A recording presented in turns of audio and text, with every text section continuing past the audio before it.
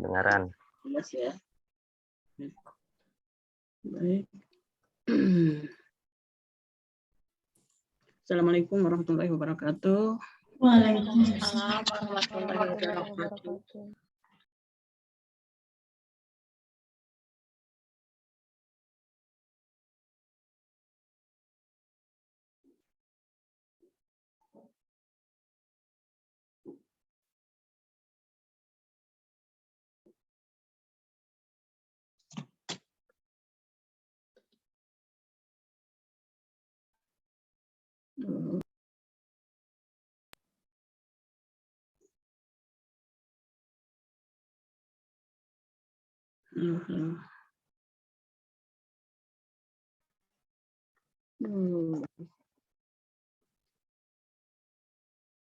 Cari-cari di ruangan ya.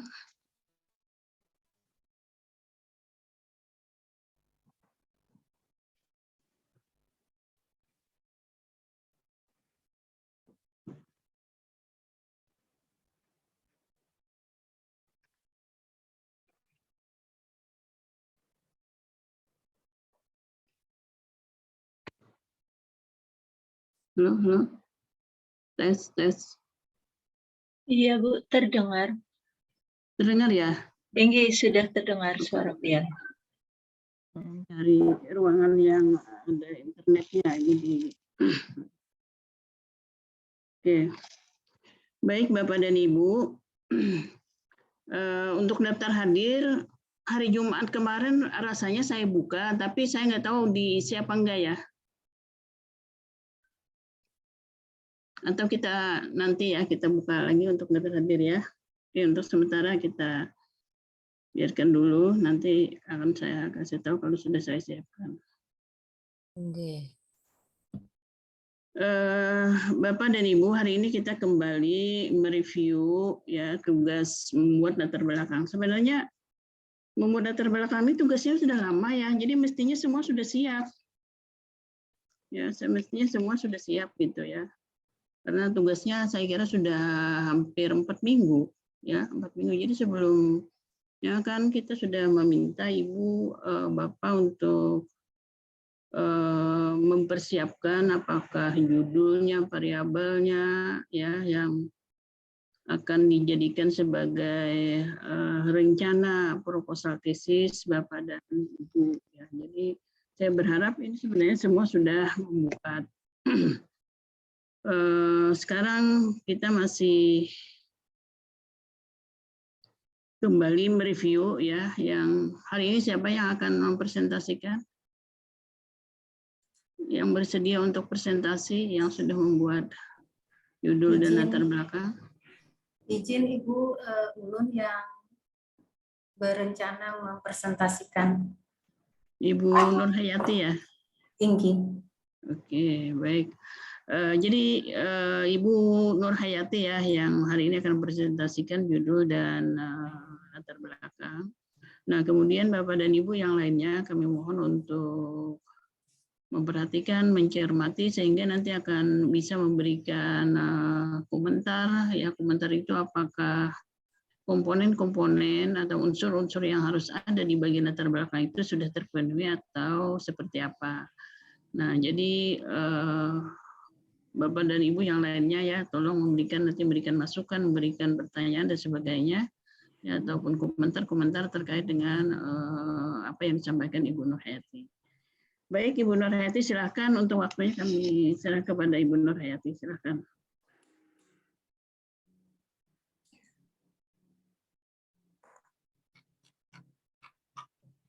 Assalamualaikum warahmatullahi wabarakatuh. Waalaikumsalam warahmatullahi wabarakatuh. Izinkan saya Nur Hayati menyampaikan tugas yang bisa kami coba untuk pembuatan latar belakang. Bab 1 pendahuluan latar belakang dalam Undang-Undang Nomor 2 Tahun 1989 Pasal 4 tentang tujuan pendidikan nasional dinyatakan bahwa pendidikan nasional bertujuan untuk mencerdaskan bangsa, mengembangkan manusia Indonesia seutuhnya, yaitu manusia yang bertakwa kepada Allah, berbudi pekerti luhur, yang memiliki pengetahuan dan keterampilan, kesehatan jasmani dan rohani, kepribadian yang mantap dan mandiri, serta rasa tanggung jawab kemasyarakatan dan kebangsaan. Selanjutnya, dalam Undang-Undang Nomor 2 Tahun 2003 Pasal 1 Ayat 3 dinyatakan, pendidikan nasional adalah pendidikan yang berdasarkan Pancasila dan Undang-Undang Dasar Negara Republik Indonesia tahun 1945 yang berakar pada nilai-nilai agama, kebudayaan nasional Indonesia, dan tanggap terhadap tuntutan perubahan zaman. Keberhasilan tujuan pendidikan nasional tersebut harus memperhatikan komponen pendidikan, khususnya sumber daya manusia yang mempunyai peranan sangat penting dalam menentukan keberhasilan sekolah dan untuk mewujudkan tujuan pendidikan. Oleh karena itu, guru sebagai ujung tombak yang melakukan proses pembelajaran di sekolah, maka mutu guru perlu ditingkatkan dan dikembangkan sesuai dengan kebutuhan sekarang dan masa yang akan datang. Sekolah sebagai sebuah organisasi memiliki dinamika yang sangat kompleks. Dalam organisasi terdapat struktur yang menggambarkan tugas dan fungsi serta peran di dalamnya. Sebagaimana organisasi sekolah di dalamnya terdiri dari kepala sekolah, tenaga administrasi sekolah, operator sekolah, dan tenaga perpustakaan, dan tenaga lain yang apabila dibutuhkan di sekolah tersebut. Di antara anggota organisasi saling berinteraksi dengan lingkungan baik internal maupun eksternal. Contohnya antara guru dengan guru, guru dengan kepala sekolah, antara kepala sekolah dengan tenaga kependidikan, dan tenaga kependidikan dengan guru. Masing-masing orang memiliki kepentingan sesuai dengan perannya, baik terkait dengan tugas maupun tanggung jawab. Interaksi tersebut tidak selamanya berjalan lancar, harmonis, atau sesuai dengan harapan.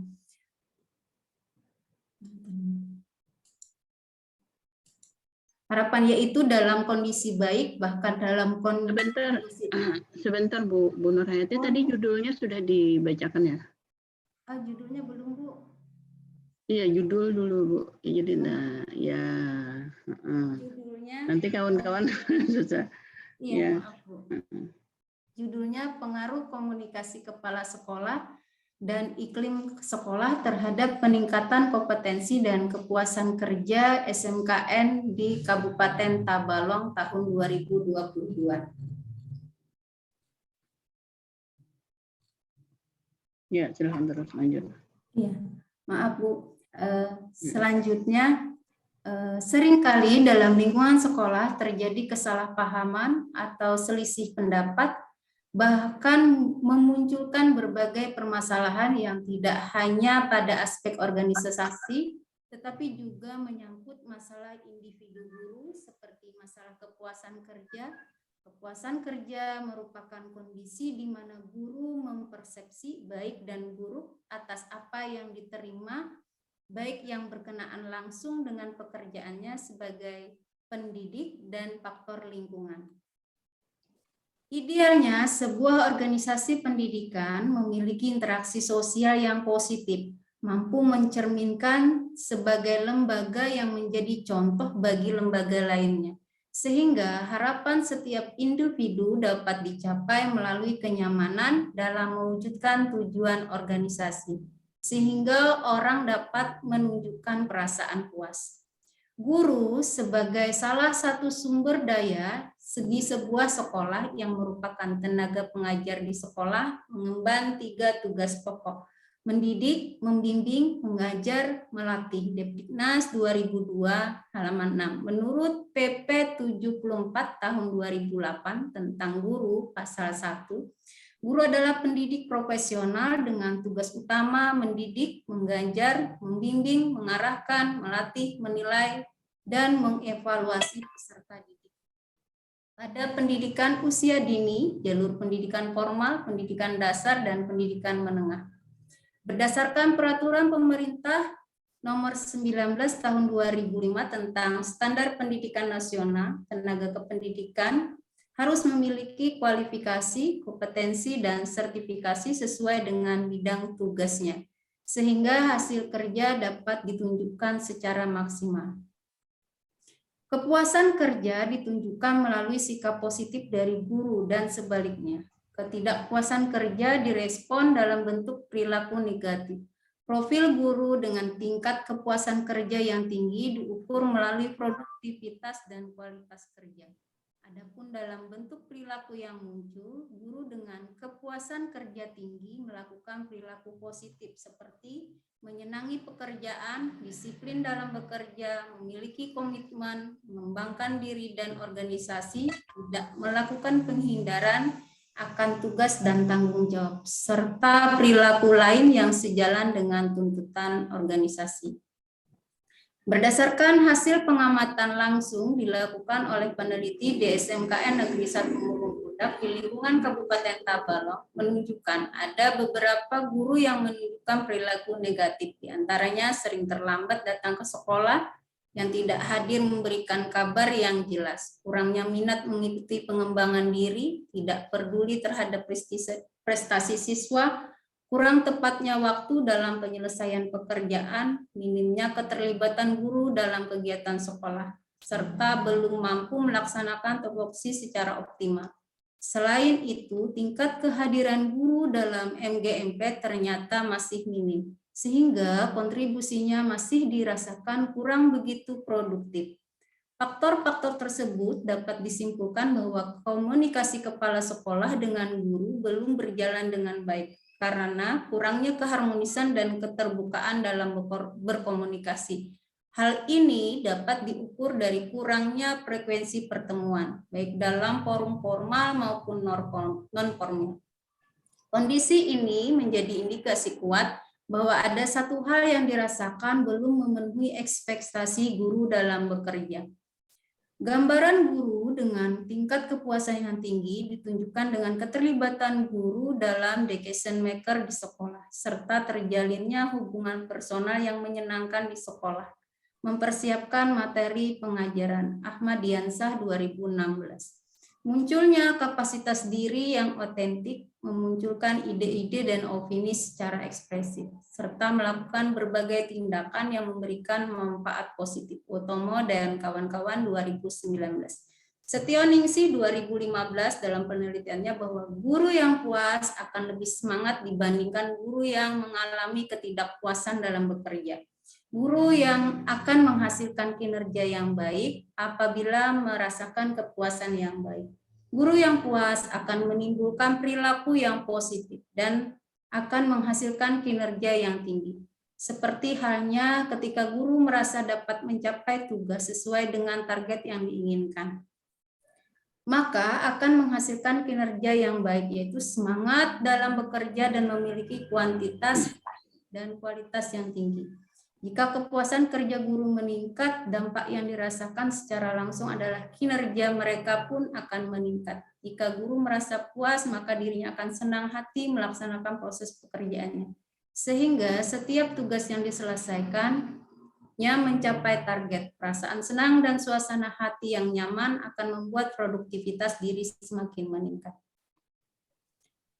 Menurut Robin dan Zutz, tahun 2008 halaman 78, kepuasan kerja adalah sikap umum terhadap pekerjaan seseorang yang menunjukkan perbedaan antara jumlah penghargaan yang diterima pekerja dengan jumlah yang mereka yakini seharusnya mereka terima. Sebagaimana disampaikan dalam konsep dua faktor teori Herbert Heizen faktor seperti lingkungan kerja bisa menimbulkan ketidakpuasan dalam bekerja. Lingkungan yang dirasakan guru dalam bekerja ketika dipersepsi negatif akan memberikan dampak ketidaknyamanan dalam bekerja, sehingga ia tidak akan merasa betah dan cenderung untuk absen dalam tugas dan tanggung jawab. Kepuasan kerja merupakan respon afektif atau emosional terhadap berbagai segi atau aspek pekerjaan seseorang. Kepuasan kerja bukan merupakan konsep tunggal. Seseorang dapat relatif puas dengan salah satu aspek pekerjaan dan tidak puas dengan satu atau lebih aspek lainnya. Kepuasan kerja merupakan sikap positif tenaga kerja terhadap pekerjaan yang timbul berdasarkan penilaian terhadap situasi kerja. Penilaian tersebut dapat dilakukan salah satu pekerjaannya. Penilaian dilakukan sebagai rasa menghargai dalam mencapai salah satu nilai-nilai penting dalam pekerjaan. Karyawan yang puas lebih menyukai situasi kerjanya daripada tidak menyukainya, karena faktor ini berkaitan dengan tingkat kepuasan kerja tinggi yang dinamakan motivator. Ketidakpuasan di luar pekerjaan sebagai pendidik berasal dari kepemimpinan kepala sekolah, rekan kerja, lingkungan sekolah, iklim, dan budaya sekolah, hubungan dengan rekan guru, serta faktor lainnya. Sedangkan faktor yang berhubungan dengan pekerjaan guru berkaitan dengan kompensasi, kesempatan berprestasi, penghargaan, serta kesempatan untuk mengembangkan diri. Maka dari itu, peneliti mengaji bagaimana permasalahan kepuasan kerja dapat dipengaruhi oleh faktor organisasi sekolah, yaitu peran kepala sekolah dan iklim sekolah itu sendiri. Kepuasan kerja merupakan kondisi psikologis individu yang dirasakan atas respon diri terhadap lingkungan. Kepuasan disebabkan oleh banyak faktor, baik dalam diri maupun di lingkungan sekitar. Dalam konteks organisasi, sejumlah faktor yang mempengaruhi kepuasan kerja diantaranya komunikasi oleh Andriati Fitriani, Dahliati, Nurjanah, dan Sahnan Ritonga 2019. Dalam beberapa penelitian, permasalahan kepuasan kerja dapat dipecahkan salah satunya dengan bagaimana peran komunikasi kepala sekolah terhadap guru dan juga iklim sekolah yang mempengaruhi kepuasan guru.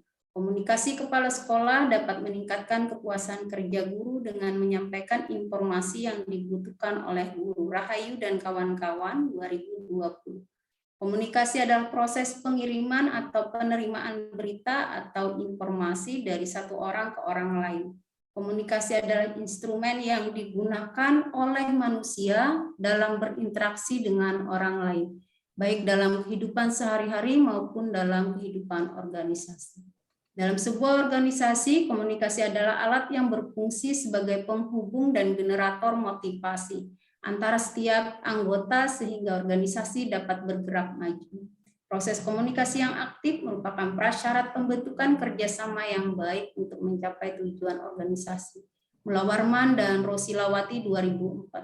Francis Likert 1979 memfokuskan perhatiannya pada anggota organisasi terkait perasaan dan kebutuhan mereka. Pendekatan yang dilakukan Likert melihat pada hubungan antar manusia sebagai instrumen manajemen. Ide dasar teori ini adalah bahwa jika pemimpin memiliki kepedulian dan memberikan dukungan kepada karyawan atau bawahan, maka karyawan atau bawahan akan memiliki motivasi lebih besar, sehingga menjadi lebih produktif.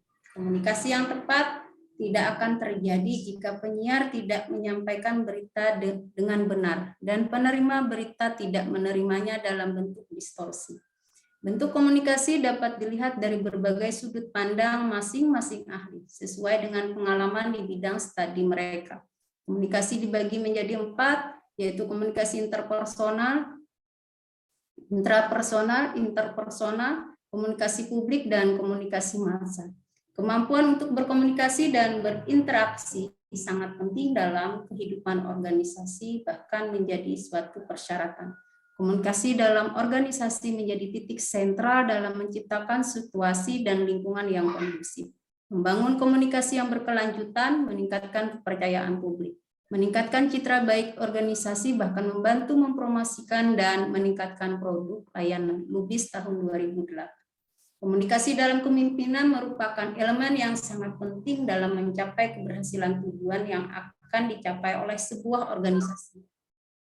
Oleh karena itu, seorang pemimpin harus pandai berkomunikasi, baik secara verbal maupun non-verbal. Komunikasi yang baik akan dapat meningkatkan motivasi, sehingga informasi yang disampaikan dapat diterima dengan baik.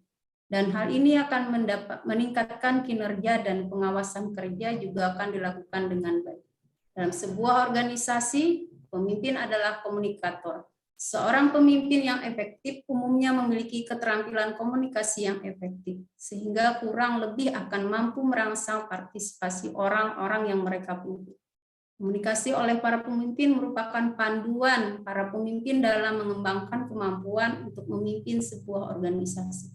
Pemimpin harus mampu menciptakan kecerdasan emosional dan komunikasi manajerial, untuk menciptakan model keterampilan komunikasi dan strategi untuk meningkatkan kualitas organisasi. Komunikasi pemimpin dapat dimulai dari mengembangkan strategi, menganalisis audiens, menulis semua jenis korespondensi, dan merancang eksplor yang efektif untuk perspektif kepemimpinan. Maifalt dan 2017. Setelah itu, guru sebagai bawahannya perlu dibimbing tentang kecerdasan emosional. Mereka dalam organisasi hanya bersumber pada satu literasi, manajemen pertemuan dan kepemimpinan tim, yang semuanya dapat dikolaborasikan melalui komunikasi internal dan eksternal. Agar implementasi komunikasi utama menjadi efektif, kepala sekolah harus mengembangkan kesadaran diri mereka untuk menjadi panutan dalam organisasi dan belajar untuk mendorong perbedaan dalam setiap hubungan komunikasi. Plattenberg dan Hess 2002. Jika komunikasi yang dilaksanakan oleh kepala sekolah berjalan dengan baik, maka kinerja guru akan berjalan dengan baik. Karena jika ada hubungan yang baik antara pemimpin dan bawahan, maka kualitas organisasi di sekolah akan terus menjadi penguatan dalam setiap perbedaan pandangan. Jul 2014. Dalam perspektif kebijakan pendidikan nasional, pemerintah telah merumuskan 4 jenis kompetensi guru. Nomor 4 tercantum dalam PP nomor 14 tahun 2005 tentang standar pendidikan nasional. Kompetensi pedagogik, kemampuan pengelolaan peserta didik, meliputi A. Pemahaman wawasan dan landasan pendidikan, pemahaman terhadap peserta didik, pengembangan kurikulum, perancangan pembelajaran, pelaksanaan pembelajaran mendidik dan dialogis, evaluasi hasil belajar, serta G. Pengembangan peserta didik untuk mengaktualisasikan berbagai potensi yang dimilikinya. Kompetensi kepribadian itu mantap, stabil, dewasa, arif dan bijaksana, berwibawa, berakhlak mulia, menjadi teladan bagi peserta didik. Kompetensi sosial merupakan kemampuan pendidik sebagai bagian dari masyarakat A, berkomunikasi lisan dan tulisan, menggunakan teknologi komunikasi, bergaul secara efektif, bergaul secara santun dengan masyarakat sekitar. Dan 4, kompetensi profesional merupakan penguasaan materi pembelajaran secara luas dan mendalam, meliputi konsep, struktur, metode keilmuan, teknologi, seni yang menaungi koheren dengan materi ajar. Materi yang ajar yang ada dalam kurikulum sekolah, hubungan konsep antar mata pelajaran, penerapan konsep-konsep keilmuan, kompetensi secara profesional, melestarikan nilai budaya nasional. Kepuasan bekerja dicerminkan bagaimana perilaku iklim sekolah mendukung guru dalam menjalankan kinerjanya. Iklim sekolah memberikan kontribusi yang sama pada hal kepuasan kerja. Berdasarkan hasil penelitian terdahulu, terdapat pengaruh iklim sekolah dengan kepuasan kerja guru. Handayani dan kawan-kawan 2020, Oktaviani 2018, Ajis dan Husin 2017. Iklim organisasi dan kepuasan kerja memainkan peranan penting dalam meningkatkan kinerja guru di sekolah. Iklim sekolah yang kondusif akan mempengaruhi kepuasan guru dalam bekerja. Iklim sekolah perlu dikelola secara fisik dan sosial. Keberadaan iklim yang mendukung akan menentukan sikap guru terhadap profesionalitas dalam bekerja di kelas maupun di dalam sekolah. Sekolah perlu mengembangkan iklim yang mampu menempatkan guru di posisi yang saling berkebutuhan satu sama lainnya.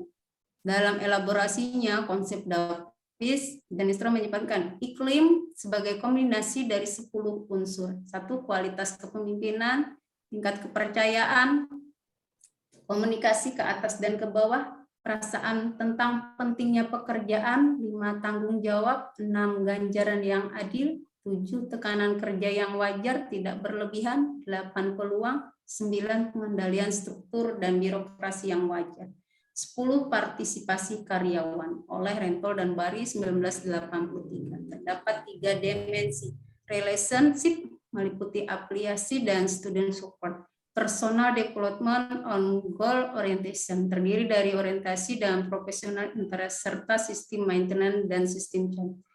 Terdiri dari staff freedom, participatory decision making, innovation, resource adequacy, dan work pressure.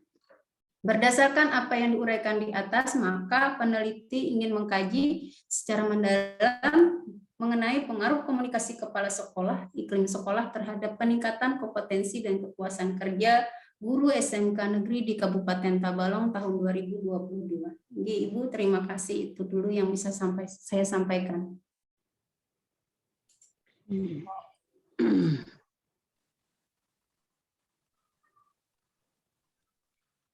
Baik, terima kasih Ibu Nurhayati ya. Selanjutnya kita silahkan kepada teman-teman yang lain untuk memberikan masukan, pertanyaan, komentar, dan lain-lain. Boleh bertanya, Prof? Silahkan. Baik, terima kasih atas kesempatannya. Saya Weni Meliana, mungkin ingin menanggapi latar belakang yang telah dibuat oleh Bu Nurhayati. Nah, ada beberapa yang undang-undangnya, peraturannya itu sepertinya belum update, Bu. Tolong undang-undang untuk seperti ini. Tadi ada tentang PP tahun 2008 tentang guru. Nah, guru kan sudah berubah tuh di PP nomor 19 tahun 2017. Terus juga tadi ada undang-undang yang standar tentang PP nomor 19 tahun 2005, Standar Nasional Pendidikan. Jadi ada beberapa tuh yang undang-undang, terus ada juga tadi Depdiknas. Nah, kita kan tidak pakai lagi. Mungkin saran saya, nanti Ibu mengupdate saja undang-undang atau peraturan-peraturan pemerintah yang terbaru, seperti tadi yang tentang guru, PP tentang guru, terus undang-undang tentang Standar Nasional Pendidikan, yang Ibu masih pakai tahun 2005, seperti itu. Itu saran. Terus mungkin yang ingin saya tanyakan, ini kan Ibu tentang pengaruh komunikasi kepala sekolah dan iklim sekolah terhadap peningkatan kompetensi dan kepuasan kerja guru SMKN di Kabupaten Tabalong. Berarti Ibu nanti akan mengadakan penelitian kuantitatif. Jadi ada 4 ini variabelnya. Jadi mungkin Ibu nanti difokuskan komunikasi kepala sekolah itu komunikasi yang mana? Karena mungkin nanti kan Ibu mengkaitkan nih pengaruh komunikasi kepala sekolah terhadap peningkatan kompetensi guru. Terus nanti komunikasi kepala sekolah dengan kepuasan kerja guru. Itu mungkin nanti yang akan Ibu teliti yang beberapa hal seperti itu. Jadi ini kaitannya nanti dengan kuantitatif atau ke statistik mainnya. Jadi kayaknya di latar belakang Ibu belum fokus betul terlihat kemana arah yang mau dikaitkan. Karena ini kuantitatif berarti harus ada yang dikaitkan seperti itu. Mungkin itu. Terima kasih atas kesempatannya. Assalamualaikum warahmatullahi wabarakatuh. Waalaikumsalam warahmatullahi wabarakatuh. Gimana Ibu Nurhayati, langsung dijawab atau ada dikumpulkan pertanyaan dulu? Langsung jawab aja, Bu. Ya, silakan. Ya. Kalau update undang-undang kemarin ini saya mikirnya Bu yang 89 ke 2003, tapi terima kasih masukannya Bu Weni, saya akan lakukan update undang-undangnya. Untuk fokus penelitian jenis komunikasi apa, saya makanya minta masukan dari Bapak Ibu semua karena saya belum baca jenis-jenis komunikasi apa gitu, jenis-jenisnya. Jadi nanti akan saya perbaiki. Terima kasih Bu masukannya. Oke. Jadi tadi dari Ibu Winnie ya, Winnie Miliani. Yang pertama tadi saran untuk peraturan undang-undang cari yang terbaru ya. Jadi seperti Undang-Undang Nomor 2 Tahun 89 itu tentang sistem pendidikan ya. Sistem pendidikan nasional itu kan yang terbaru adalah nomor 20 tahun 2003. Ya, jadi kemudian ada lagi undang-undang tentang guru dan sebagainya. Jadi itu yang pertama. Kemudian yang kedua tadi saran untuk variabel komunikasi ya. Jadi tentukan komunikasi, yang dimaksud dengan komunikasi itu komunikasi yang seperti apa atau jenis yang mana gitu ya. Oke.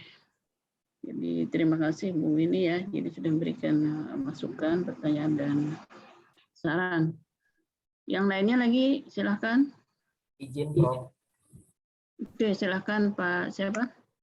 Pak Ahyar. Pak Ahyar. Oke, silakan. Tinggi mohon izin Bu Nurhayati kembali ke atas ke latar belakang itu Bu. Nah ini ya Bu Nurhayati, ini kan diawali dengan dalam undang-undang itu ya, peraturan seperti itu. Kira-kira bisa nggak kira-kira Bu Nurhayati latar belakang ini jangan diawali dulu dengan yang namanya peraturan atau undang-undang, tetapi bisa kita masukkan sebagai pengantar yang menjadi khas kita ya. Kalau undang-undang tentang sistem pendidikan kan bisa saja dipakai oleh siapa saja seperti itu, tapi yang menjadi khas kita di manajemen pendidikan atau administrasi pendidikan kan ini belum itu ya dimunculkan. Jadi misalnya karena berkaitan dengan iklim kerja kan otomatis penelitiannya juga di SMK, berarti sekolah misalnya, sekolah sebagai tempat pendidikan apa misalnya kan dihantarkan itu yang menjadi satu payung atau pengantar ya dalam menjadikan khasnya administrasi pendidikan kita. Nah, baru di situ dilandaskan dengan undang-undang seperti itu. Jadi kira-kira kalau undang-undang lebih dulu kan pengantarnya apa sebenarnya maunya seperti itu. Itu kira-kira saran saja. Mohon terima kasih Bu Nurhayati. Oke, bagus. Jadi saya Pak Ahyar di awal dimulai dengan pengantar yang mungkin mengarah kepada karakteristik atau kekhasan daripada ciri dari prodi kita, yaitu yang terkait dengan administrasi pendidikan ya. Bisa tadi sarannya sekolah sebagai sebuah lembaga pendidikan atau sekolah sebagai sebuah organisasi gitu ya. Ya, silakan. Itu saran dari Pak Ahyar ya untuk kalimat awal yang dipilih gitu. Oke, makasih Pak Ahyar. Yang lain lagi silakan. Izin Prof. Ya, Izin silakan. Prof. Dari Pak Ya, siapa? terima kasih. Ulun Soekarno. Pak Soekarno. Terima Silakan, kasih menanggapi latar belakang Ibu Nurhayati tadi. Di sini ada tadi ulun melihat tentang cara pengutipan ya. Nah, cara pengutipan yang ulun lihat tadi ada 3 tumpuk tadi. Halaman berapa tadi? 11 kah? Coba halaman 11 Ibu Nurhayati.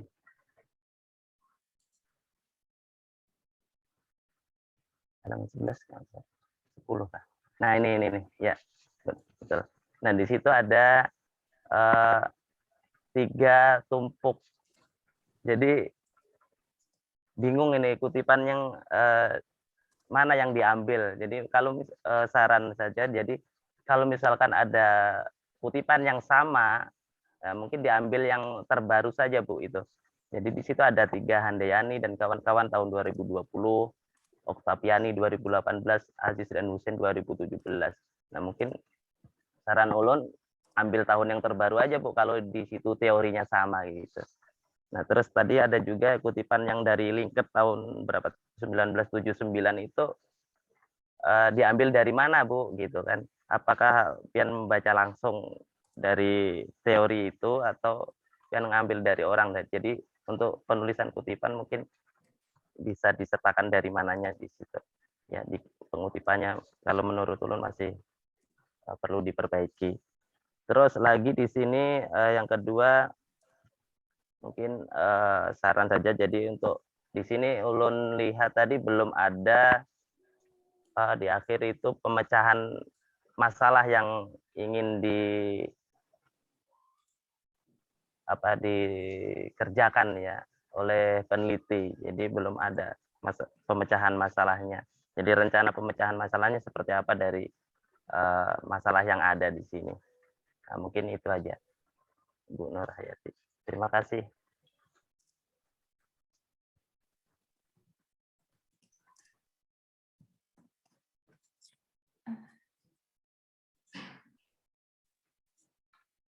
izin izin Bu Ya, untuk silakan. untuk Pak Soekarno ini kemarin berpikirnya mencari dasar teori yang sama, jadi kami buat yang itu dasarnya 3 orang yang sama. Tapi kalau memang seperti itu harus yang terbaru, saya siap memperbaiki untuk diambil kutipan yang terbaru. Nah, kalau yang liket itu saya tidak baca langsung, Ibu. Saya baca dari penelitian-penelitian orang dan PPT-PPT seperti itu aja. Jadi saya tidak baca bukunya. Nanti masalah kutipan saya akan belajar lebih banyak lagi. Terima kasih Pak Soekarno.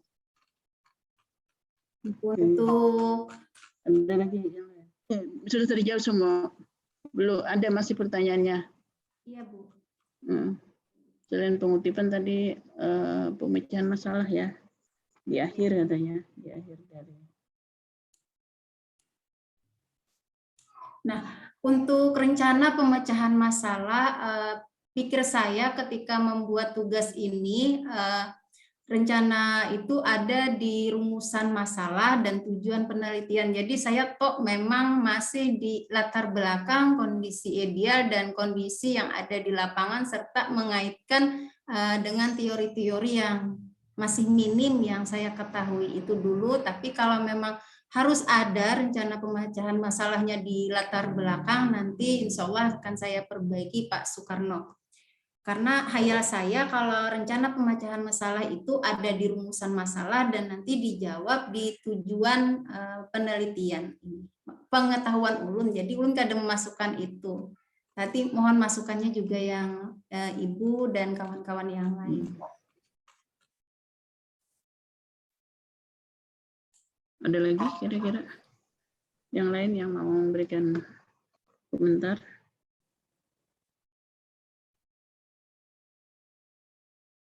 Silakan Bapak dan Ibu.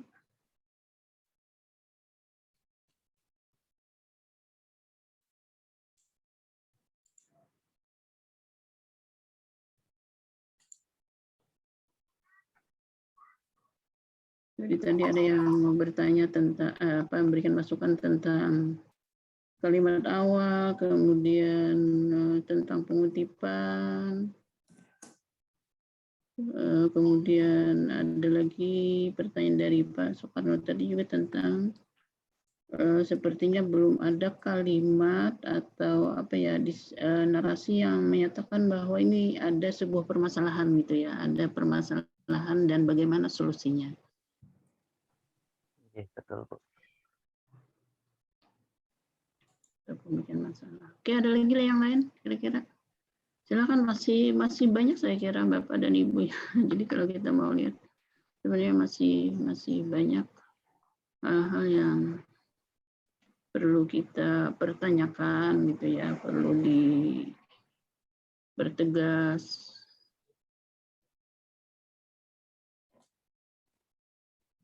Ayo Bapak dan Ibu, gimana sih reviewnya selama berapa tadi, kurang lebih berapa halaman Bu Nurhayati? Latar belakang ini kurang lebih lumayan banyak tadi ya. Ya, ulun satu Bu kurang bisa masih menyusun kutipan, lalu menyusun variabel-variabel yang mana dulu yang dijelaskan, itu yang saya merasa kurang dalam latar belakang ulun. Sebelum saya menjelaskan, ada lagi kira-kira teman-teman yang lain mau menyampaikan sesuatu terkait dengan latar belakang ini? Oke, sementara ada 3 dulu ya. Oke, baik. Yang pertama, kita melihat susunan dari judul. Coba kita kalau dari judul, kira-kira ini nanti analisisnya apa gitu kan ya. Nah, jadi yang pertama kita lihat susunan kalimat, pengaruh komunikasi kepala sekolah dan iklim sekolah terhadap peningkatan kompetensi dan kepuasan kerja guru. Nah, ini kalau kita lihat seperti ini, kira-kira ini seperti apa gambarannya, analisisnya dan sebagainya.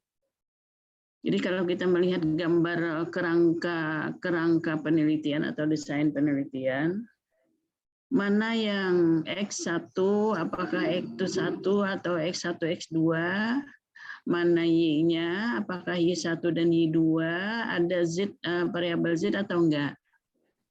Kira-kira gimana ini? Teman-teman yang lain juga bisa memberikan komentar dari judul ini. Coba kalau kita lihat dari sisi susunan kalimat pada judulnya Ibu Nurhayati. Kira-kira teman-teman gimana? Kita mengira-ngira gitu ya, kalau susunan seperti ini, pengaruh komunikasi kepala sekolah dan iklim sekolah terhadap peningkatan kompetensi dan kepuasan kerja guru. Saya coba, Prof. Oke, silakan. Silakan siapa yang duluan tadi? Oh, baik. Terima kasih kesempatannya, Prof. Mohon izin, tadi ada kawan yang sudah mengemukakan pendapat juga dan saya diberikan kesempatan. Baik, di sini kan judulnya ada pengaruh komunikasi kepala sekolah dan iklim sekolah terhadap peningkatan kompetensi dan kepuasan kerja guru SMKN di Kabupaten Tabalong tahun 2022. Menurut pengamatan ulun, Prof, untuk yang variabel X-nya atau variabel yang mempengaruhi adalah pengaruh komunikasi kepala sekolah dan iklim. Berarti itu X1 dan X2. Sementara yang dipengaruhinya adalah kepuasan, peningkatan kompetensi dan kepuasan kerja. Itu yang dikatakan dengan variabel Y-nya, Y1 dan Y2. Mungkin seperti itu, Prof, jawaban dari ulun.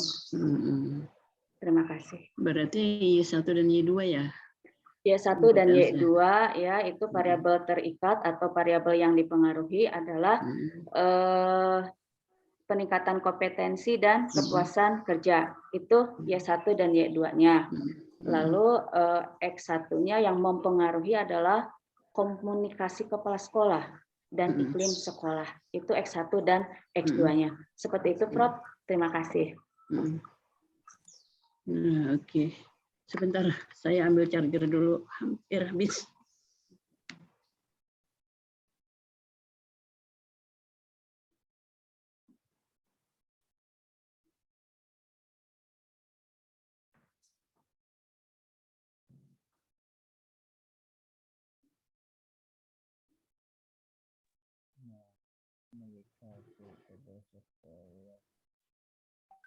Iklim sekolah, kompetensi guru terhadap kepuasan kerja guru.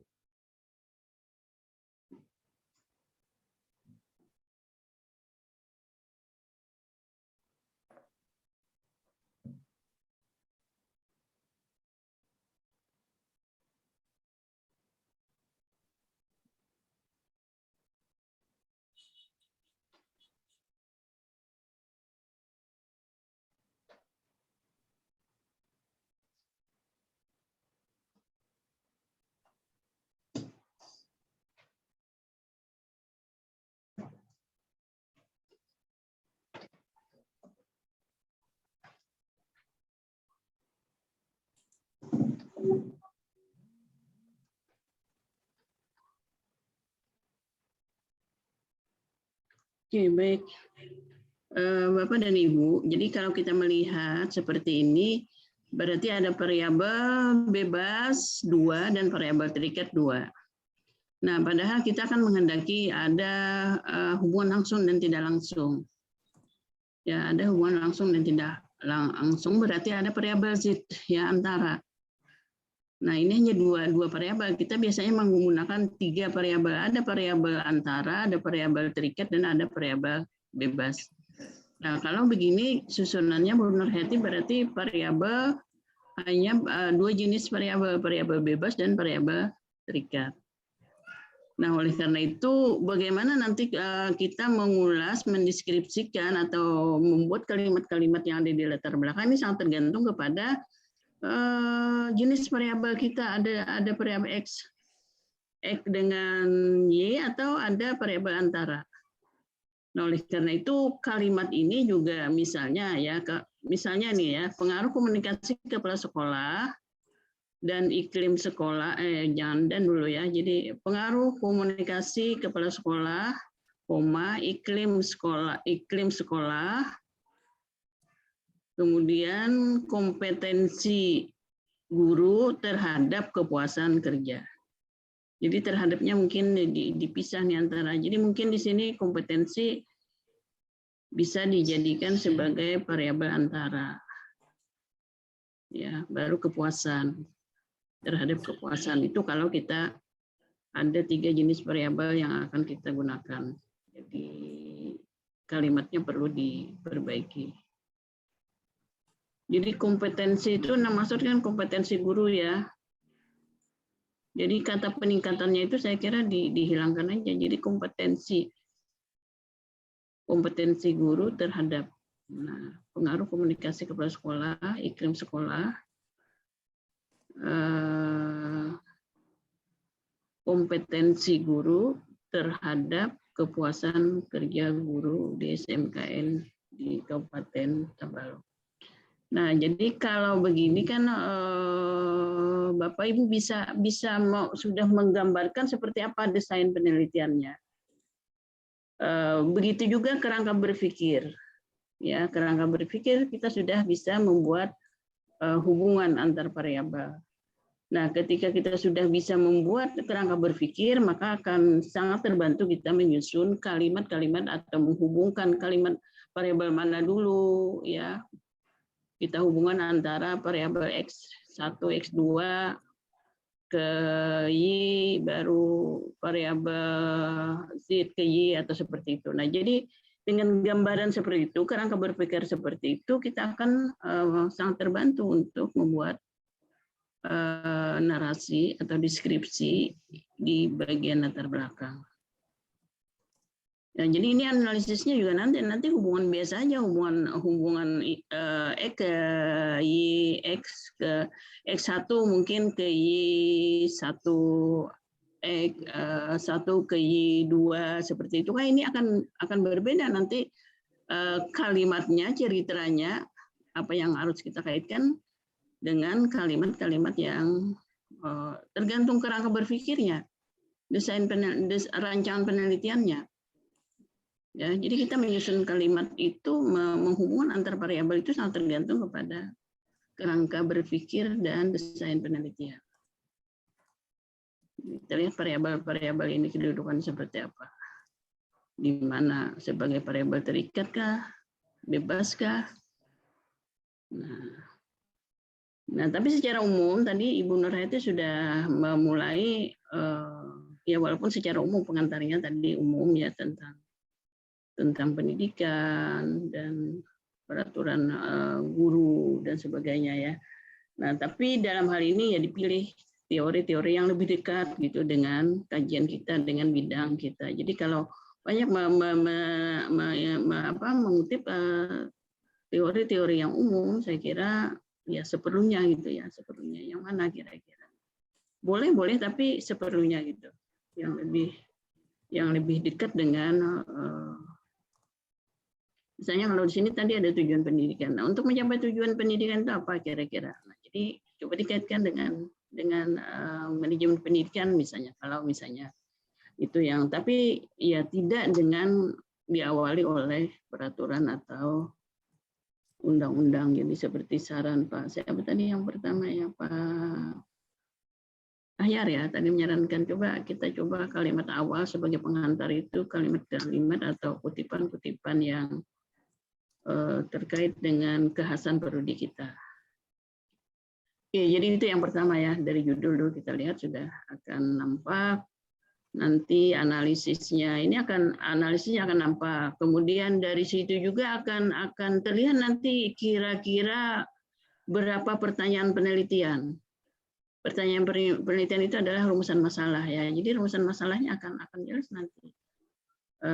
Kalau kita sudah punya kerangka teori dan kerangka penelitian. Ya. Jadi ketika kita merumuskan masalah, kita tinggal kasih, ya sebenarnya untuk memudahkan kita mengingat, memudahkan kita berkomentar, mana dulu, yang lebih awal, mana yang kemudian berikutnya apa. Nah ini sangat tergantung kepada kerangka berpikir. Makanya biasanya kita beri nomor aja, yang nomor 1 pertanyaan variabel X ini kemana. Ya, nah jadi itu yang nanti akan membantu kita untuk mendeskripsikan latar belakang. Ya. Tadi saya juga melihat kita coba ke latar belakang tadi ya. Coba sudah ke latar belakang.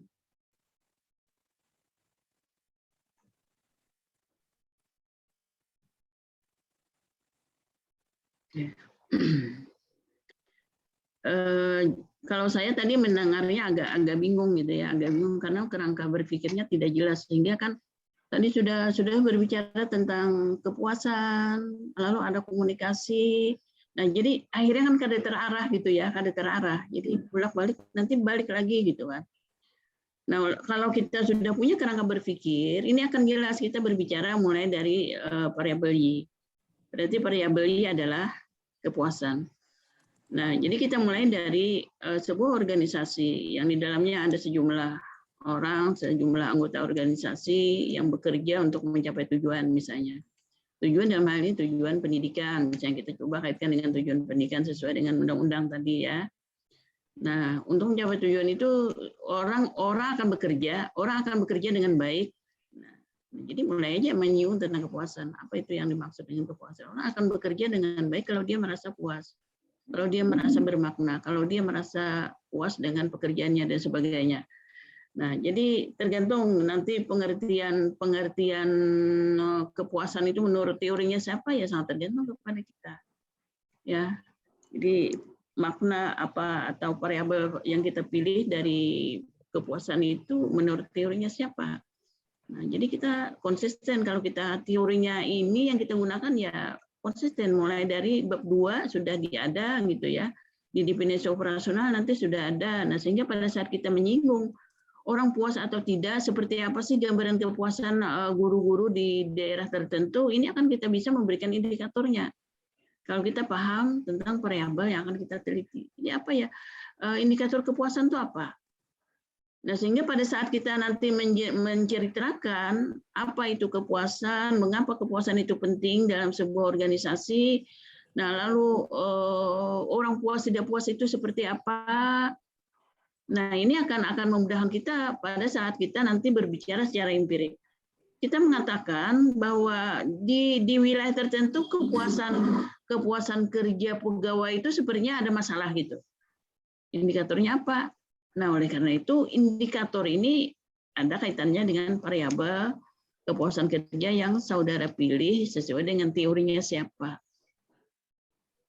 Ya kan macam-macam, ada kepuasan menurut teori Rubin kah, teori siapa gitu kan. Nah, ini sangat menentukan sehingga pada saat kita berkomentar tentang indikator kepuasan yang ada di lapangan harus merujuk kepada teorinya itu. Ya, jadi misalnya kinerja, ada teori yang mengatakan bahwa kinerja itu diartikan dengan hasil kerja yang berkaitan dengan kualitasnya, dengan ketepatannya dan sebagainya. Tapi sementara ada orang menyatakan kinerja guru itu yang berkaitan dengan rencana pembelajaran, pelaksanaan evaluasi dan sebagainya. Nah, sehingga pada saat kita berkomentar menyatakan variabel itu bermasalah di latar belakang, kita harus kembali rujukan kita yang mana. Apakah tadi yang berkenaan dengan perencanaan, dengan pelaksanaan dan evaluasi, atau yang berkenaan dengan kualitas kerja tadi, ketepatannya, kualitasnya, ya dan seterusnya. Nah, itu yang mestinya ada. Jadi kalau ketika saudara menyatakan bahwa kepuasan itu bermasalah, kira-kira di sini ada nggak? Kalau saudara menyatakan ada masalah yang berkaitan dengan kepuasan kerja, coba kita lihat lagi apa kira-kira di mana. Ini kan orang bersikap positif, itu ciri. Dan sebaliknya orang ada puas, perilakunya negatif. Nah, coba angkat lagi. Iya. Nah, berdasarkan hasil pengamatan langsung yang dilakukan oleh peneliti di SMK Negeri 1, masih ada beberapa guru yang menunjukkan perilaku negatif dan yang sering terlambat datang ke sekolah, tidak hadir dan gambar, kurang minat dan mengaku mandiri, tidak peduli terhadap prestasi. Nah, ini kira-kira sesuai nggak dengan teori yang kita kutip ya, atau definisi operasional yang kita buat? Ya silahkan aja ini di ya, tapi itu dicek kembali nanti ya, sesuai nggak dengan definisi operasional yang kita jadikan sebagai landasan asumsi di dalam penelitian. Nah, itu. Nah, jadi nanti di sini harus dijelaskan. Ya, jadi seperti itu. Oke, naik lagi ke atas. Bukan naik ya, turun ya maksudnya. Oh, turun ya. Nah, ini kan banyak nih variabel-variabel yang menunjukkan orang puas kada puas, indikatornya ini gitu kan. Nah, jadi kalau kita sudah melihat di lapangan itu, mestinya yang ideal itu kan di atas ya, kan tinggi dicungkan dengan kedepan guru dalam decision making di sekolah. Nah, mestinya seperti itu. Ini mungkin kalimat ini di atas sebelum kondisi nyata. Ya. Jadi kalimat yang ini yang ideal kan kita berbicara biasanya yang ideal dulu, gagasan ideal dulu. Setelah selesai dengan gagasan ideal yang terkait dengan variabel terikatnya, baru kita kondisi nyatanya. Kan mestinya orang puas itu kayak gini.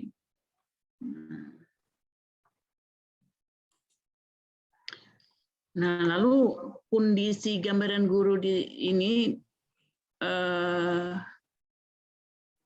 secara tegas saja kita, jadi tidak terlalu berbelit-belit kalimat ya. Jadi kalau indikatornya gitu ya, kita malah nanti terkait dengan materi yang lain yang tidak ada kaitannya mungkin ya. Jadi secara tegas apa yang ada di definisi operasional atau bahkan yang ada di teori, indikator orang puas kada puas itu ya secara tegas saja. Jadi sudah satu hal ini cukup, tidak perlu diulang-ulang gitu ya. Jadi tidak perlu diulang-ulang. Jadi secara tegas kita menyatakan berdasarkan hasil pengamatan, hasil diskusi, hasil atau ada pendapat atau temuan penelitian sebelumnya yang menyatakan bahwa kepuasan kerja guru-guru ini masih rendah misalnya. Hal ini bisa dilihat dari data atau dari indikator seperti ini.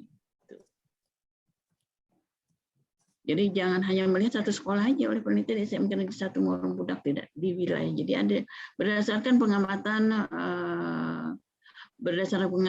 kemudian hasil diskusi gitu kan ya, atau pendapat hasil penelitian yang menyatakan bahwa kondisi atau kepuasan kerja guru di ini masih belum memuaskan atau masih rendah atau belum sesuai harapan. Silahkan itu kalimat yang seperti apa digunakan.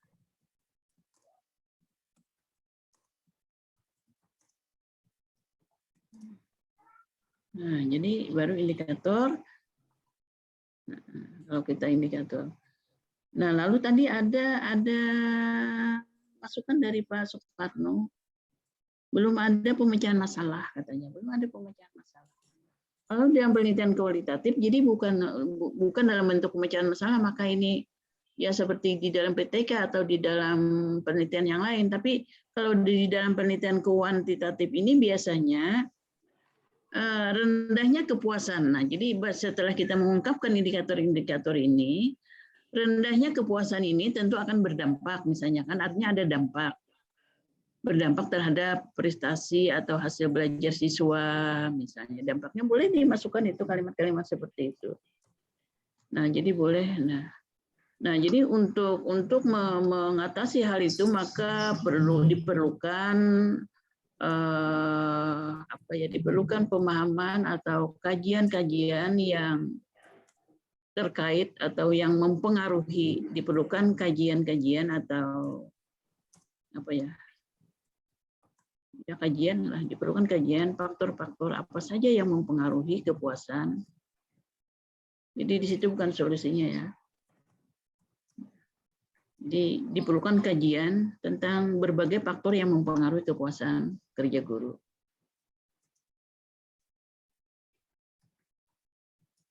Jadi itu kalimat, saya kira kalimat yang artinya kita meneliti itu untuk mengetahui, untuk memperbaiki kalau kepuasan kerja ini kira-kira penyebabnya apa. Nah, jadi seperti itu. Jadi ada satu kalimat yang menyatakan perlunya ada kajian, ada telahan, adanya penelitian, faktor-faktor yang mempengaruhi rendahnya kepuasan kerja itu. Itu kalimat yang saya kira satu hal yang ada gitu ya, sebagai upaya untuk mengatasi masalah tadi. Nah, setelah itu baru kita mencoba mengkaitkan dengan variabel-variabel yang lain tadi, variabel X kah, variabel Z-nya kah, gitu. Nah, biasanya kalimat yang berikutnya itu berbagai faktor. Nah, berbagai faktor yang mempengaruhi rendahnya kinerja guru ini diantaranya adalah misalnya disebutkan aja tadi variabel-variabel yang lain, ada komunikasi, ada iklim, kemudian kompetensi. Nah, kompetensi ya, saya masih menginikan ya, tapi ada sih kaitannya. Jadi kalau komunikasi akan berpengaruh terhadap kompetensi seseorang ya. Kalau komunikasi bagus gitu ya. Jadi teori-teori yang seperti itu. Kemudian iklim, ya iklim kira-kira kalau iklim kerjanya bagus mempengaruhi kompetensi apa enggak gitu kan? Variabel Z-nya.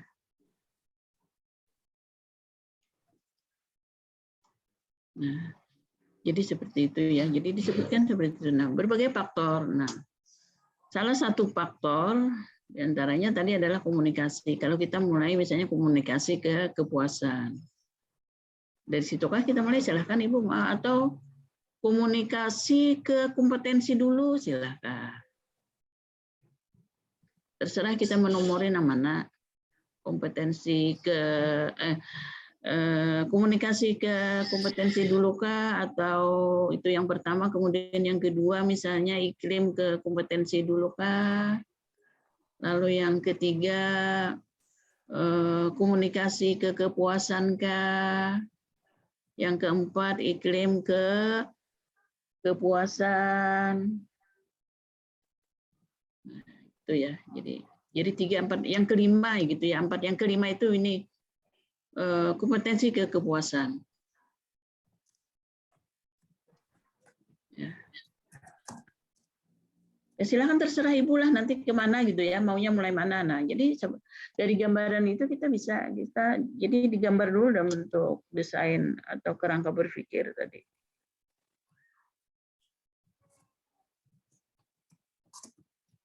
Oke, bisa dipahami Bu Nurhayati ya? Ya, terima kasih Prof.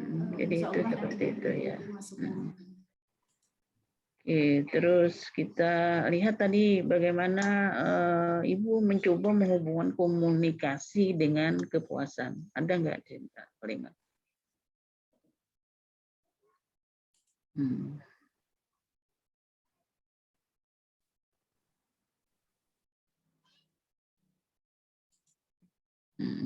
Bentar Bu. Dengan adanya komunikasi. Jadi satu-satu, karena di sini bagaimana komunikasi terhadap guru dan juga iklim. Nah ini kan sudah ada iklim, padahal kita belum membahas iklim, masih komunikasi. Selesaikan dulu komunikasi, ya. Atau dukungan penelitian ini bisa belakangan, kita taruh di belakang dulu. Tapi ketika kita berbicara tentang komunikasi kepala sekolah, selesaikan dulu komunikasi.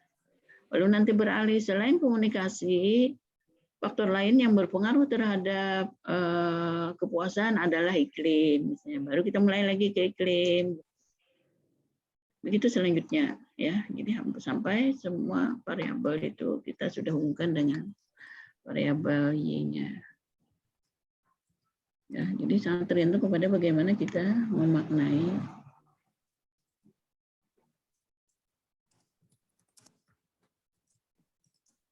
Nah, kemudian ketika Ibu berbicara tentang komunikasi kepala sekolah. Ya, silakan bahwa dalam sebuah organisasi, komunikasi adalah alat yang berfungsi sebagai penghubung dan generator motivasi antar dengan ini. Oke, bisa ya artinya teori-teori kita pilih yang menjawab bagaimana hubungan antara komunikasi dengan ini, bagaimana peran komunikasi kok bisa meningkatkan kepuasan orang gitu ya. Kayak apa sih hubungannya sehingga komunikasi itu bisa meningkatkan kepuasan. Nah, teori-teori yang terkait seperti itu yang perlu kita pilih gitu ya. Jadi kalau kita memilih macam-macam komunikasi, jenis-jenis komunikasi tidak perlu di sini. Itu nanti masuk di bab 2. Ya kita memilih teori-teori yang menyatakan bagaimana sih hubungan antara kedua variabel ini. Bahwa komunikasi mempengaruhi puas. Kenapa orang puas perlu komunikasi gitu kan. Nah itu yang perlu dijelaskan di bagian ini. Sehingga perlu dukungan penelitian yang menyatakan bahwa ternyata komunikasi berhubungan dengan kepuasan. Atau komunikasi berpengaruh terhadap kepuasan seseorang. Jadi seperti itu ya. Jadi kalau teori-teori yang menjelaskan tadi, apalagi ada penjelasan 1, 2, 3, A, B, C, D, ini, itu tidak perlu di bagian latar belakang. Kita hanya teori-teori yang menjelaskan bagaimana hubungannya antara variabel atau variabel X ke variabel Y.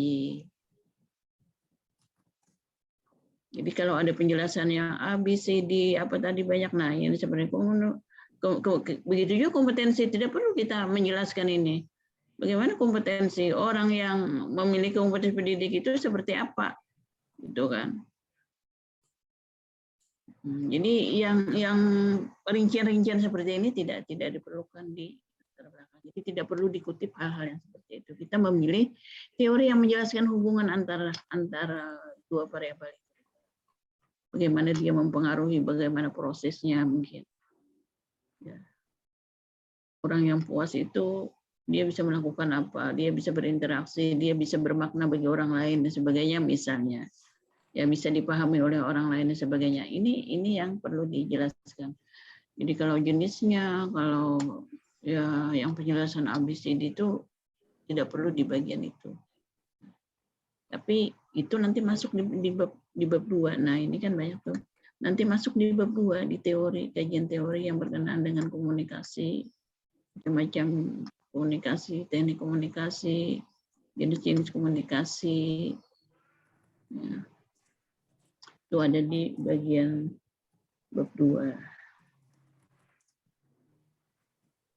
Nah, jadi silakan Ibu. Jadi komunikasi, silakan tadi ya, tergantung Ibu mulainya mana, menghubungkan antara komunikasi ke kompetensi dulu kah? Tapi biasanya kita ke variabel Y dulu sih, ya. Variabel Y dulu.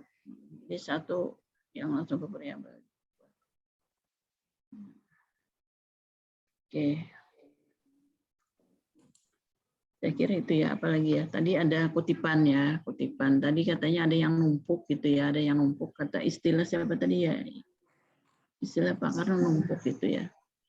Ya, ini mana tadi ya? Ini ya.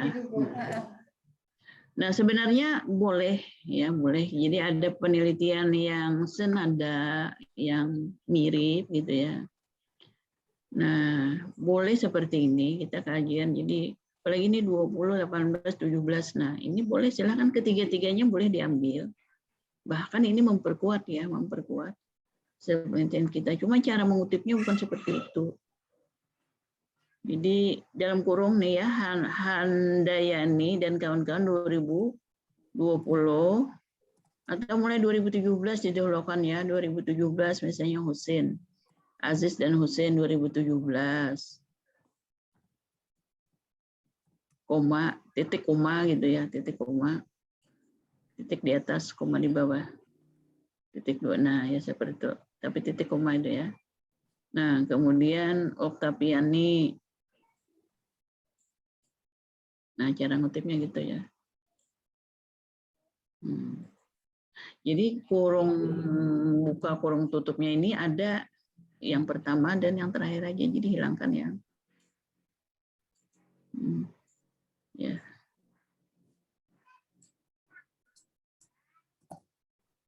Nah, susun diri utama itu. Nah, siapa lagi yang pertama? Nah, jadi seperti itu. Nah, jadi kada numpuk kan airnya, jadi maksud dari menumpuk itu kan ada. Nah, jadi kalau ini kan satu aja, walaupun satu di dalamnya ada 3.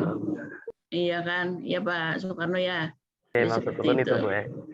Nah, jadi seperti itu. Jadi jangan masing-masing gitu kan. Jadi ini kan hanya satu kutipan, ini dihilangkan aja nih. Yang keputusan kerja guru itu ada tanda kurung tutup dan kurung buka. Nah, itu dihapus. Nah, jadi seperti itu. Ya. Nah, jadi di latar belakang yang terpenting kerangka berpikir dulu. Jadi dari judul itu sebenarnya kita bisa menggambarkan susunan kalimat di judul itu. Jadi tidak harus misalnya melalui kompetensi, ya tidak harus judul ada kata-kata melalui. Ya, tapi dari susunan itu kita lihat nanti analisisnya seperti apa. Kan banyak juga misalnya misalnya hubungan atau pengaruh komunikasi kepala sekolah, iklim kerja terhadap kepuasan melalui kompetensi, misalnya kompetensi guru. Ada yang membuat kalimat seperti itu boleh, tetapi tidak dengan kalimat melalui juga nggak apa-apa. Ya, jadi kita nanti tinggal menempatkan kata dan itu di mana, kata terhadap itu di mana. Gitu. Itu akan memberikan pengertian atau apa ya, menggambarkan nanti analisis yang akan kita gunakan. Oke, ada lagi apa tadi ya? Lagi pertanyaan terkait dengan saran dari kawan-kawan.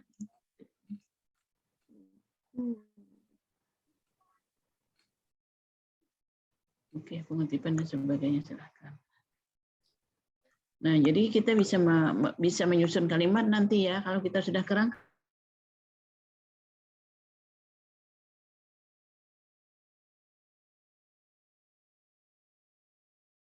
Susunan dari variabel-variabel itu silahkan Ibu yang mana.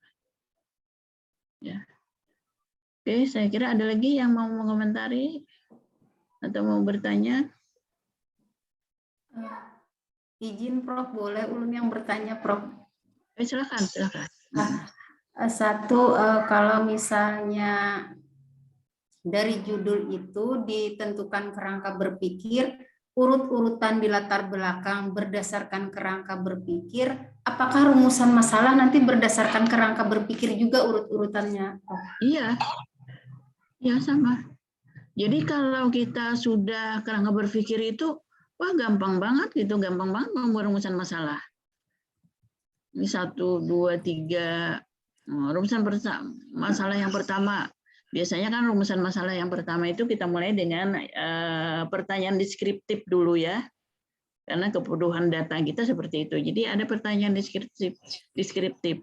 Jadi pertanyaan pertama itu bagaimana gambaran tentang komunikasi kepala sekolah, iklim sekolah, kemudian kompetensi guru, dan kepuasan kerja guru. Itu kan pertanyaan deskriptif. Jadi kita nak tahu seperti apa sih gambaran kepuasan kerja guru di wilayah itu.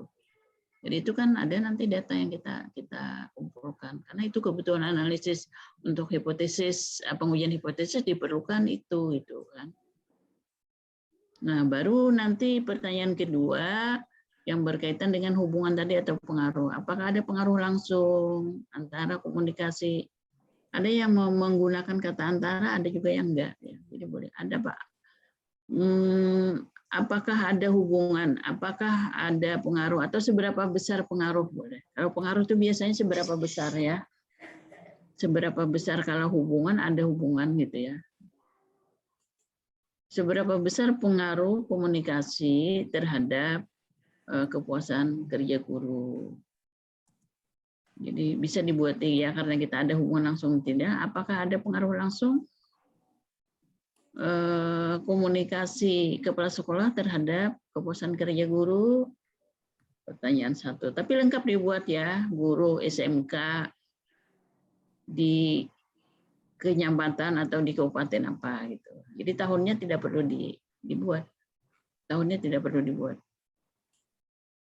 Jadi seperti itu akan sangat membantu Bu. Ya, jadi kalau kita sudah pegang kerangka berpikir, kerangka desain penelitian, ketika presentasi kita menjelaskan tujuan, menjelaskan rumusan, menjelaskan hipotesis, saya kira hafal dah, bisa melihat gambar itu aja sudah bisa. Kan rumusan masalah, hipotesis, tujuan penelitian itu sebenarnya sama. Nah, sehingga kalau kita presentasi, ya tinggal kita membaca kerangka berpikir atau desain penelitian, rancangan penelitian. Itu sudah bisa menjelaskan, bahkan pada saat kita menjelaskan hasil, ada hubungan seberapa besar hubungan pertanyaan nomor 1 tadi, yang nomor 2, nomor 3 itu sudah bisa dijawab dengan kerangka berpikir itu. Sehingga pada saat kita nanti juga membahas tentang kerangka berpikir di bab 2 juga urutannya sama. Sampai ke kesimpulan temuan penelitian nanti sama urutannya. Kenapa harus sama? Kalau harus sama nanti kita pada saat kita akan membahas di bab 5, melakukan pembahasan dan sebagainya juga supaya jangan huruf-huruf gitu ya. Nah, jadi harus itu yang kita jadikan dasar. Jadi sampai ke kesimpulan nanti sama. Ya, temuan kita nanti pertanyaan yang nomor 1 jawabannya mana, temuannya mana gitu. Jadi seperti itu Bu ya. Oke, ada lagi pertanyaan yang lain?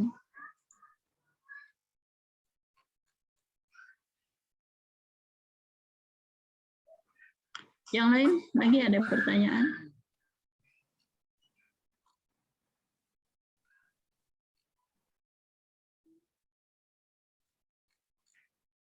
Jadi usahakan bahan-bahan apa ya,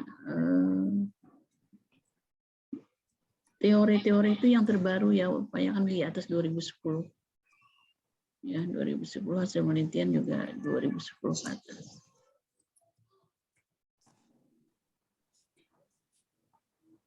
Izin lagi Prof, kalau hasil penelitian boleh dari skripsi Prof, kalau tidak dari tesis boleh atau tidak boleh? Janganlah kita kalau skripsi kan di bawah kita. Jadi kalau bisa ya minimal tesis gitu ya, atau artikel-artikel yang ada di jurnal gitu. Ya, jadi kalau skripsi ya, karena skripsi itu kan variabelnya juga terbatas. Oke, jadi upayakan ya minimal tesis lah sama gitu. Oke, ada ini lagi ya. Saya kira kalau latar belakang ini kita sudah menguasai, sudah tahu gimana cara ini, yang lainnya itu saya kira sudah ada gambaran, sehingga berikutnya itu ya tinggal menyusun itu aja lagi, kerangka berpikir dan sebagainya, sampai kayak ini akan mudah, karena itu karena sudah terbentuk, sudah jadi gitu kan, kerangka berpikirnya sudah tahu, desain penelitian sudah tahu. Nah, sehingga sebenarnya latar belakang ini, rohnya penelitian itu di latar belakang. Ya, di latar belakang. Ya, dari beberapa kita tayangan ini saya kira sudah banyak kemajuan, sudah kawan-kawan sudah bisa melihat mana yang harus kita pilih, teori-teori yang relevan, teori-teori yang mutakhir, ya, hasil penelitian dan sebagainya. Saya melihat Bapak dan Ibu sudah punya gambarannya secara umum apa yang harus ada di bagian latar belakang. Karena itu nanti kita minggu berikutnya sudah berpindah, ya saya berharap ini sudah berpindah ke materi yang lain, atau mungkin kita presentasi dari makalah yang kemarin ada kelompok ya, makalah kelompok. Lalu setelah itu baru kita nanti beralih kepada hipotesis, rumusan masalah, dan seterusnya. Ya, jadi siap-siap nanti kelompok 1 ya. Kelompok 1 siap-siap untuk pertemuan berikutnya, saya kira kita presentasi kelompok dulu. Karena secara umum kalau sudah latar belakang, mulai dari judul latar belakang, sebenarnya kita sudah sampai kepada kerangka berpikir. Oleh karena itu kalau kerangka berpikir sudah dibuat, sudah ada di kepala kita masing-masing, maka rumusan masalah pun sebenarnya sudah ada di tangan. Tujuan penelitian sudah ada di tangan gitu. Nah, jadi yang sangat orhen di dalam sebuah penelitian adalah di bagian latar belakang. Oke, saya kira kalau Bapak dan Ibu sudah tidak ada lagi pertanyaan, pertemuan kita pada hari ini kita cukupkan sekian dulu, dan untuk minggu depan ya saya juga tolong diingatin, tadi perasaan saya jam 11 padahal saya lihat jam 10.30 ya. Jam 10 ya, Prof. Jam 10 ya? Iya, Prof, jam 10 sebenarnya. Oh, saya. Jadi mohon maaf ya, minggu depan jam berapa? Jadi tolong diingatin aja saya. Oke, ya siap, Ini Prof. untuk presensi kayak apa, Prof? Di tanah Apakah menyapu apa? hari Jumat kah atau kayak apa nih presensinya? Ini aku buatkan aja setelah ini ya. Buatkan hari ini. Oke. Oke, siap. Oke. Ya, makasih sudah diingatkan nih membuatkan presensi.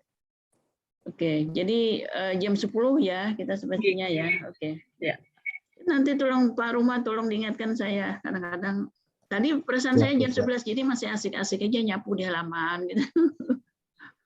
Oke, makasih. Demikian ya Bapak dan Ibu, selamat menunaikan ibadah puasa hari ini yang pertama kita ya. Mungkin ada yang kedua juga ya. Oke, kami cukupkan sampai di sini dulu pertemuan kita, dan saya berharap judul dan latar belakang itu nanti printout-nya dikumpul ya. Jadi saya melihat kemajuannya seperti apa. Saya berharap ini nanti ini bagian yang harus kita jadikan sebagai draft proposal kita untuk menuju ke tesis ya. Oke, terima kasih. Assalamualaikum warahmatullahi wabarakatuh. Waalaikumsalam warahmatullahi wabarakatuh. Terima kasih, Prof. Terima kasih, Prof. Terima kasih, Prof.